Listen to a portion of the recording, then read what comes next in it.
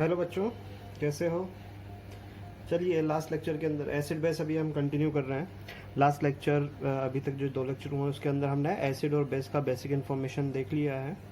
क्या होता है बेसिक एसिड और बेस, उनकी प्रॉपर्टीज़ क्या होती है। ठीक है, आज बहुत ही इंपॉर्टेंट टॉपिक हम करने जा रहे हैं, एसिड बेस थ्योरी। यहाँ पर हमें पता लगाना है किस तरीके से किन कंपाउंड्स को एसिड बोलेंगे, किन को हम बेस बोलेंगे। किसी भी केमिकल रिएक्शन में कौन एसिडिक बिहेवियर शो करता है और कौन बेसिक बिहेवियर शो करता है। ठीक है, तो यहाँ पर 3 अलग अलग थ्योरीज हम डिस्कस करने वाले हैं। मैंने नेम आपको बताए भी थे लास्ट लेक्चर में।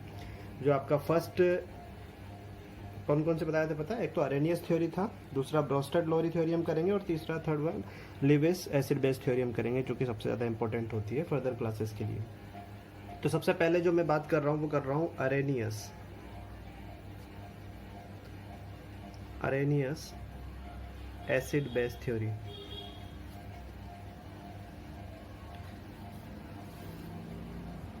सबसे इजी थ्योरी यहाँ पर ये है, और इसमें जो है एसिड और बेस को जो आपने डिफाइन किया था उसके बाद एक्चुअल में होता क्या है वो चीज़ अरेनियस एक साइंटिस्ट है, ठीक है ना, उन्होंने उसके बारे में बताया।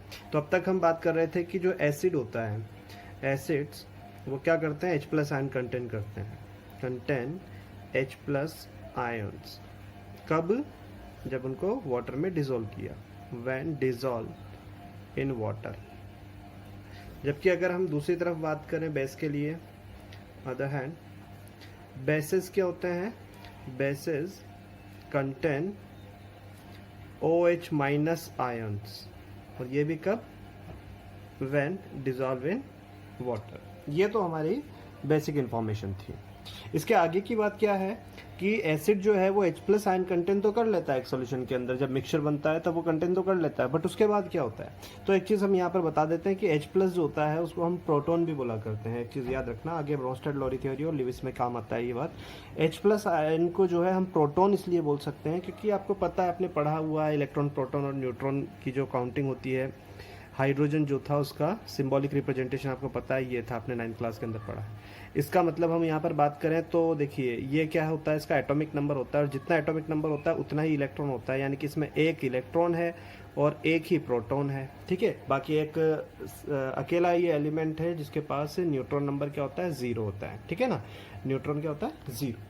चलिए, H+, ये जो H है वो H+ में कन्वर्ट हुआ, ये H जो है वो H+ में कन्वर्ट हुआ, तो ये पॉजिटिव चार्ज कब आता है, जब इलेक्ट्रॉन बाहर चला जाता है। ये मैंने आपको ऑक्सीडेशन उसमें रेडॉक्स रिएक्शन में भी बताया था। तो कहने का मतलब इस 1+ आने का मीन्स हुआ कि ये अपना एक इलेक्ट्रॉन इसने डोनेट कर दिया, यानी कि अब H+ में आने के बाद इस पे इलेक्ट्रॉन रह गया 0। प्रोटॉन का कोई यहाँ पर ट्रांसफॉर्मेशन नहीं है, इसलिए 1 प्रोटॉन, और न्यूट्रॉन तो पहले भी 0 था, अभी भी 0 है। तो H+ में जो है ओवरऑल अगर हम बात करें सब एटॉमिक पार्टिकल, तो एक ही बचा हुआ है, प्रोटॉन। यानी कि जो H+ है वो पूरा डिपेंड करेगा उसका प्रॉपर्टी वो किस पर, 1 प्रोटॉन पर, इसलिए H+ को आप प्रोटॉन भी बोला करते हैं।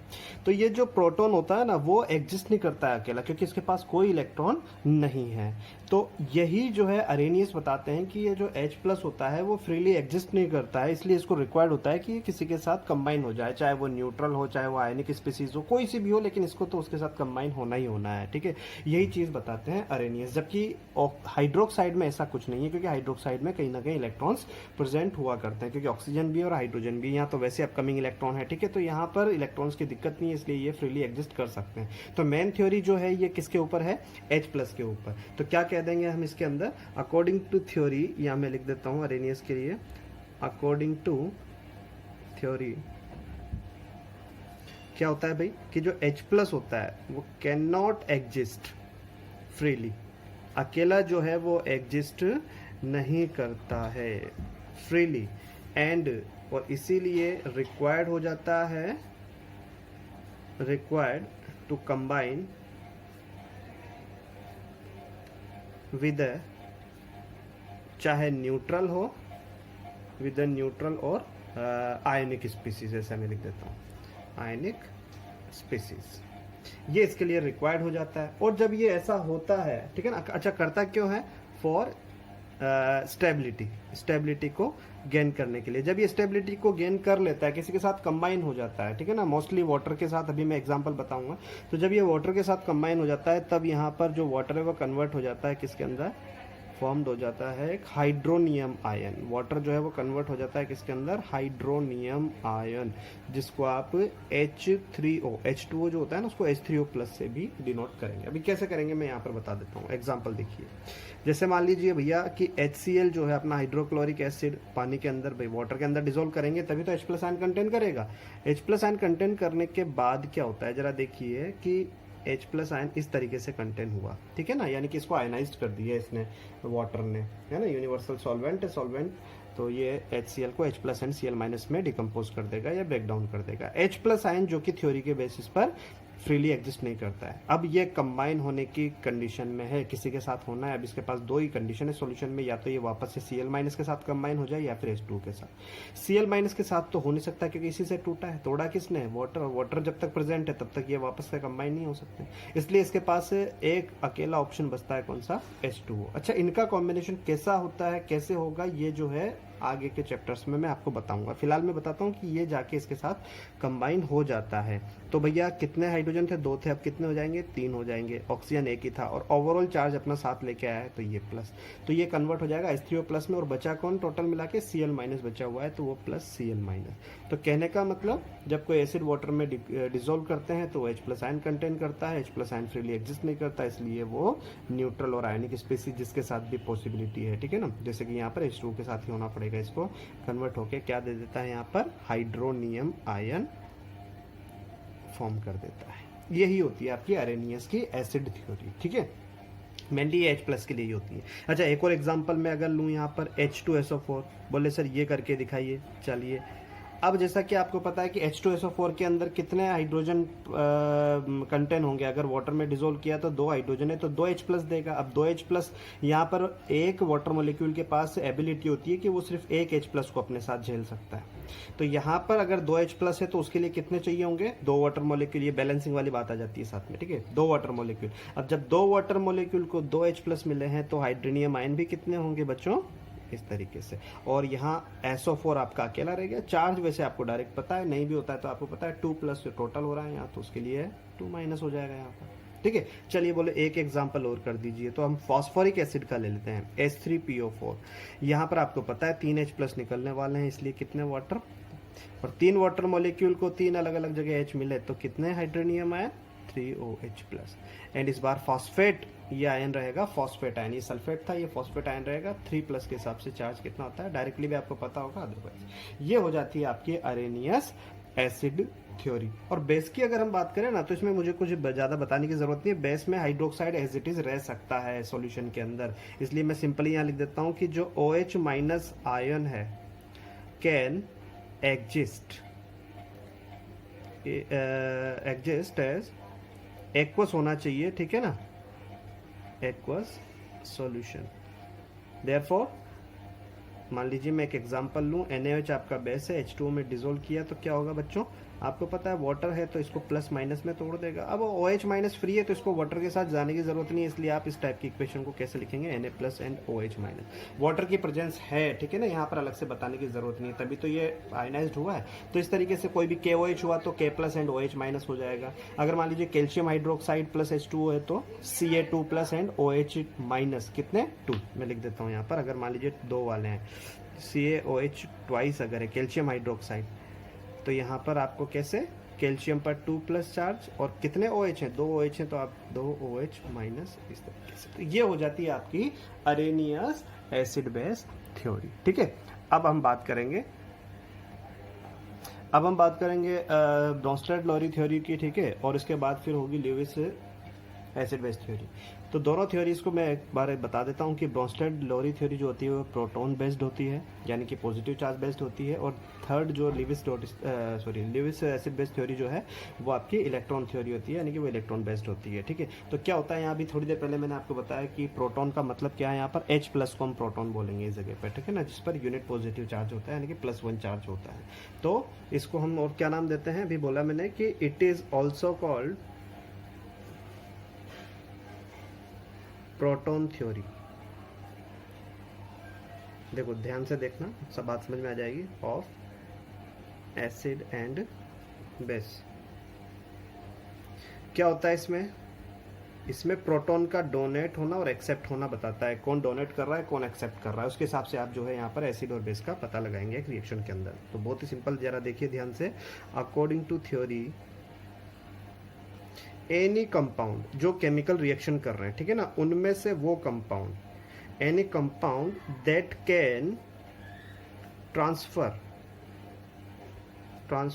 ए प्रोटॉन यानी कि मोस्टली यहाँ पर H+ की बात होगी, यानी कि जिसके पास एबिलिटी है कि वो एक प्रोटॉन यानी कि H+ डोनेट कर सकता है, कैन ट्रांसफर दूसरे को, है ना, ए प्रोटॉन टू अदर कंपाउंड, वो क्या कहलाएगा, इज एन एसिड। मतलब वो कंपाउंड जो H+ दे सकता है, देगा कौन, जिसके पास होगा, यानी कि जिसके पास प्रोटॉन है वो क्या कहलाएगा, एसिड, यानी कि उसके पास एबिलिटी है किसी दूसरे को H+ देने की, तो वो कहलाएगा एसिड। और इसका उलट जो वो H+ एक्सेप्ट करने की एबिलिटी रखता है वो कहला जाएगा बेस, ठीक है ना। तो मैं यहाँ पर और लिख देता हूँ आगे, and the compound that can accept, ऐसा लिख देते हैं, that can accept proton is a base। बात समझ में आ गई। और प्रोटॉन किसको बोल रहे हैं यहाँ पर, मैं लिख देता हूँ यहाँ ब्रैकेट में, proton is a nuclear particle with a unit positive मतलब +1 चार्ज, यहाँ पर मैं बात कर रहा हूँ unit positive electrical charge, and it is represent by the symbol H+। ठीक है ना, क्यों बोलते हैं अभी थोड़ी देर पहले मैंने समझाया इसको, प्रोटॉन क्यों बोल रहे हैं H+ को, ठीक है। तो अब मैं इसको सिंपल लैंग्वेज में अगर लिखूं, ठीक है, तो दोनों साइड में यहाँ पर बताऊंगा। अगर मैं रिएक्टेंट साइड की बात करता हूं बच्चों, रिएक्टेंट साइड में जो प्रोटॉन डोनेटर है, प्रोटॉन डोनेटर या प्रोटॉन डोनर जो है, जिसके पास प्रोटॉन डोनेट करने की एबिलिटी है, वो क्या कहलाएगा, Bl एसिड। Bl एसिड मतलब वही हो गया ब्रोंस्टेड लोरी एसिड, है ना। और जो प्रोटॉन एक्सेप्ट करने की, प्रोटॉन एक्सेप्ट करने की एबिलिटी रखता है, वो क्या कहला जाएगा, Bl बेस के जाएगा, मतलब ब्रोंस्टेड लोरी। लेकिन डोनेट करने के बाद और एक्सेप्ट करने के बाद, यानी कि प्रोडक्ट साइड, भाई प्रोडक्ट तो वही बनेंगे ना, प्रोडक्ट साइड प्रोडक्ट तो वही बनेंगे ये काम करने के बाद। तो आफ्टर प्रोटॉन, यानी कि मैं H+ की बात कर रहा हूँ ब्रैकेट में, डोनेट मतलब जो सब्सटेंस होगा, डोनेट करने के बाद सब्सटेंस जो है वो प्रोडक्ट साइड जाएगा, और प्रोडक्ट साइड वो क्या कहलाएगा, यहाँ पर मैं लिख देता हूँ, इसे पेन चेंज कर लेता हूँ थोड़ा, कॉन्जुगेटेड वो बेस हो जाएगा। अभी मैं बताता हूँ कैसे एग्जांपल में, और देखो बहुत सिंपल है, घबराना नहीं है, एग्जांपल में क्लियर हो जाएगा। और आफ्टर एक्सेप्ट प्रोटॉन, जो सब्सटेंस होगा वो कहला जाएगा अपना कॉन्जुगेटेड एसिड। कॉन्जुगेटेड एसिड वो कहला जाएगा। चलिए बोलो कैसे साहब, तो मैं एग्जांपल ले लेता हूँ यहाँ पर, एक एग्जांपल में बिल्कुल क्लियर हो जाएगा आपका। जैसे HCl + H2O, अब आपको पता है ये तो क्या होने वाला है, यहाँ पर बनने वाला है आपका H3O+ और NaS के हिसाब से, है ना, और साथ में क्या रह जाएगा, Cl-। जरा देखिए पहले रिएक्टेंट साइड हम देख लेते हैं। तो ये क्या है भाई, इसके पास देखो आयनाइज कौन हो रहा है, H2O की प्रेजेंस में आयनाइज, क्योंकि H2O जो होता है, देखो ये जो है पोलर और नॉन पोलर सॉल्वेंट्स वगैरह कुछ चीज़ें होती है जो मैं आपको 4th चैप्टर में पढ़ाऊंगा, ठीक है ना। अभी फिलहाल मैं यूँ सिंपल लैंग्वेज में कहूँ कि H2O के पास पावर है, ज़्यादा पावरफुल है देन HCl, यानी कि इसको तोड़ देगा, HCl को टूटेगा किसमें, H+ एंड Cl- में, ये चीज़ आपको पता है, H+ एंड Cl- में, यानी कि किसके पास है प्रोटॉन, इस सब्सटेंस के पास है, यानी कि इसके पास एबिलिटी है डोनेट करने की। तो ये क्या हो जाएगा आपका, प्रोटॉन डोनेटर हो जाएगा। और जो प्रोटॉन डोनेटर होता है उसको हम क्या बोलते हैं, Bl एसिड। यही तो लिखा हमने ऊपर। और ये अरेनियस के हिसाब से ये H+ को एक्सेप्ट कौन करेगा, देखिए आप किया हुआ है, ठीक है ना, एक्सेप्ट करने वाला कौन है, ये हो जाएगा आपका प्रोटॉन एक्सेप्टर। प्रोटॉन एक्सेप्टर, जो क्या हो जाएगा आपका Bl बेस। ठीक है, अब देखिए प्रोडक्ट साइड आ जाइए आप।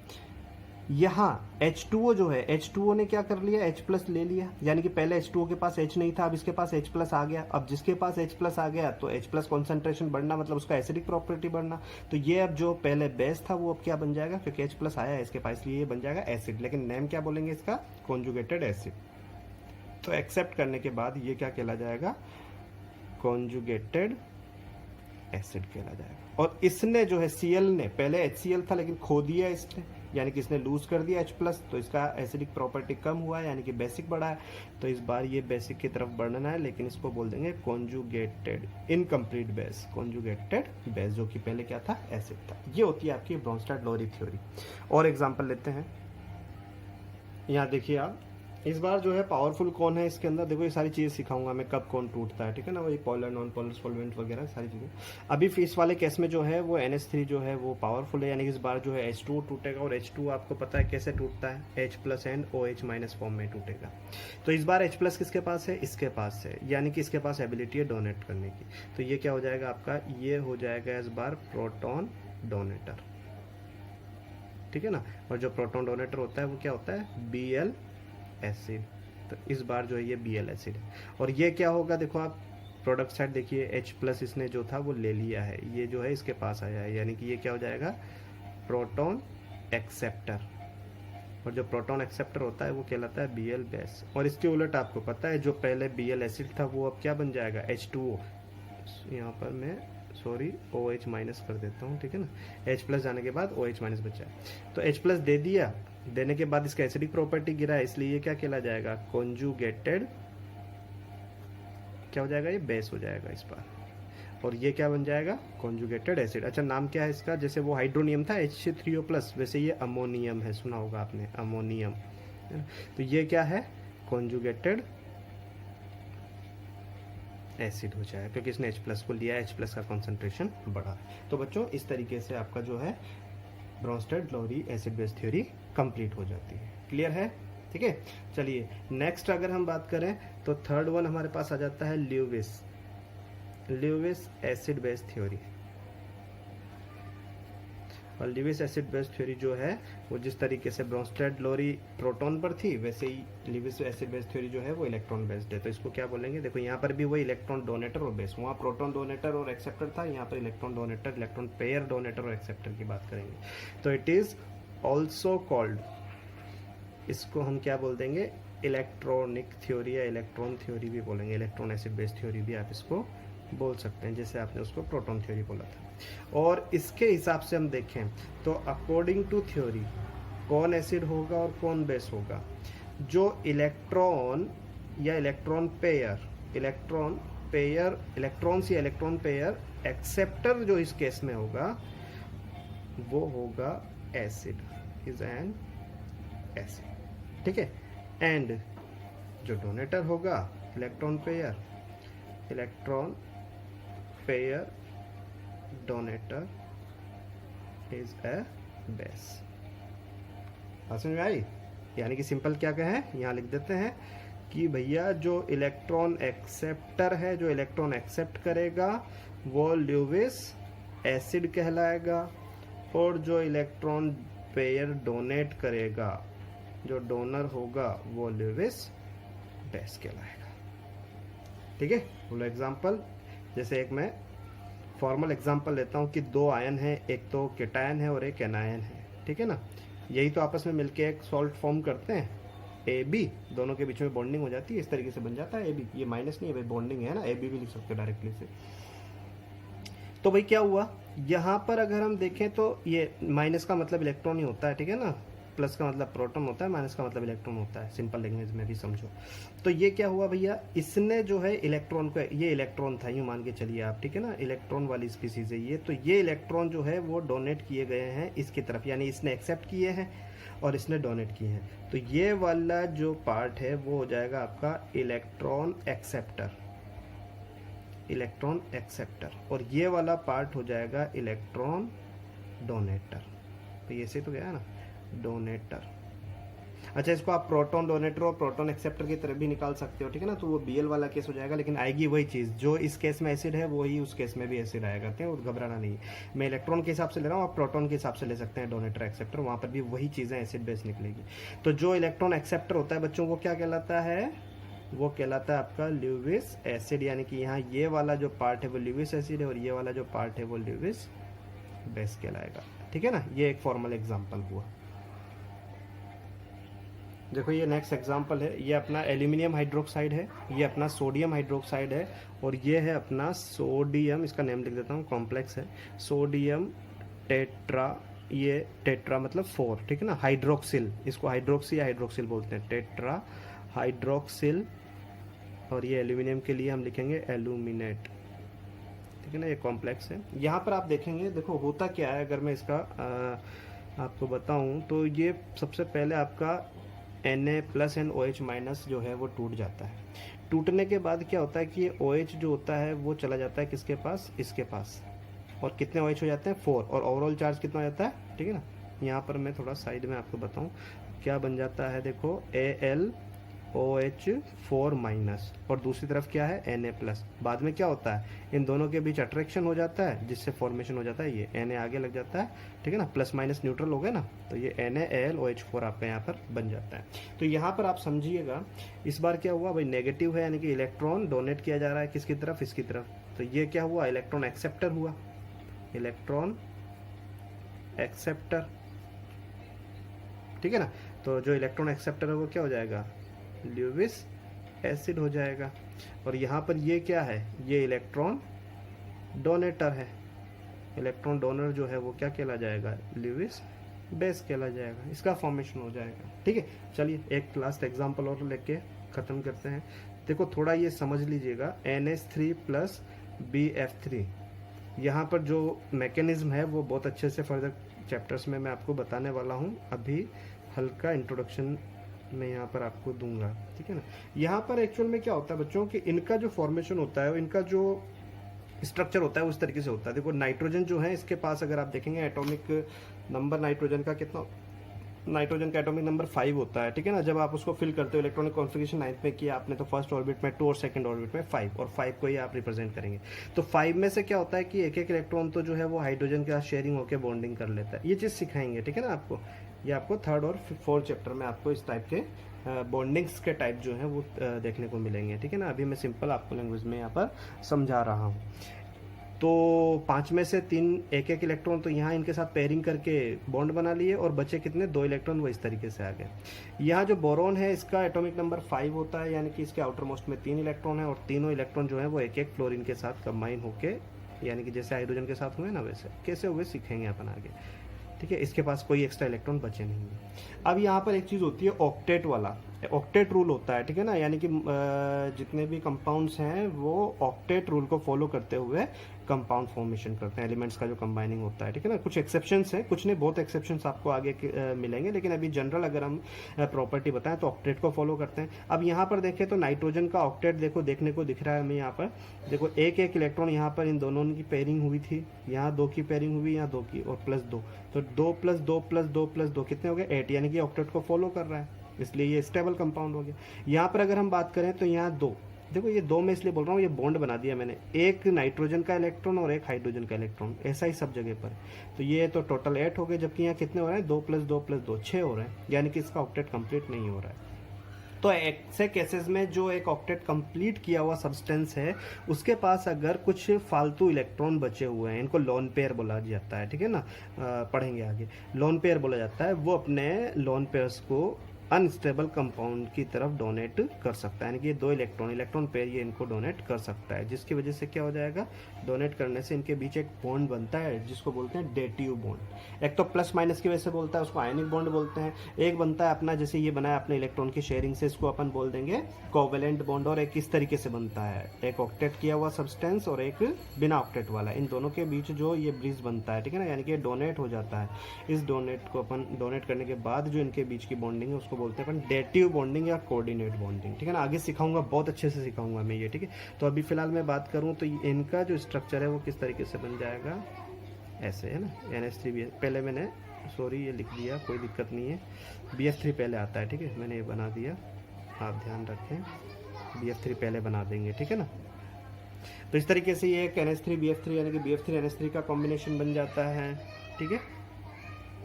यहाँ पर आप देख लीजिए इलेक्ट्रॉन डोनेटर कौन है, इस कंपाउंड ने इलेक्ट्रॉन डोनेट किए हैं, तो ये हुआ आपका इलेक्ट्रॉन डोनेटर या इलेक्ट्रॉन डोनर, और ये हुआ इलेक्ट्रॉन एक्सेप्टर।